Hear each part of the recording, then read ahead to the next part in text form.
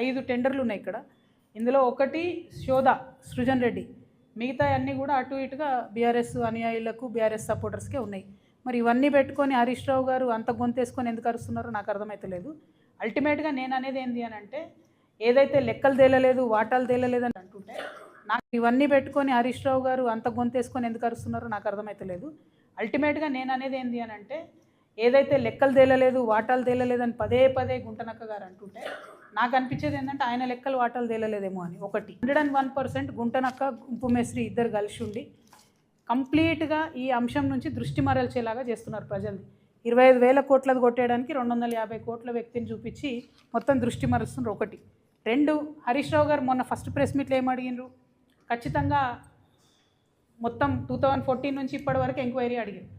అంటే జరుగుతున్నది ఏంది ఇక్కడ, కేసీఆర్ గారి ప్రభుత్వం మీద ఎంక్వైరీ అడుగుతున్నారు. అన్ఫార్చునేట్లీ ఈ గుంటనక్క గారి యొక్క గోతిలో కేటీఆర్ గారు పడ్డారు. తెల్లారి ప్రెస్ మీట్ పెట్టి ఆయన కూడా అదే మరి అంటే మీ ప్రభుత్వం మీద మీరే అడగడం ఏందన్నది చాలా వెరైటీగా అనిపించింది. సో దాన్నే నేను ఫస్ట్ నుంచి చెప్తున్నది, అదే పార్టీలో ఉంటూ ద్రోహం చేయడం కేసీఆర్ గారికి అన్నది గుంటనక్క గారికి వెన్నతో పెట్టిన విద్య.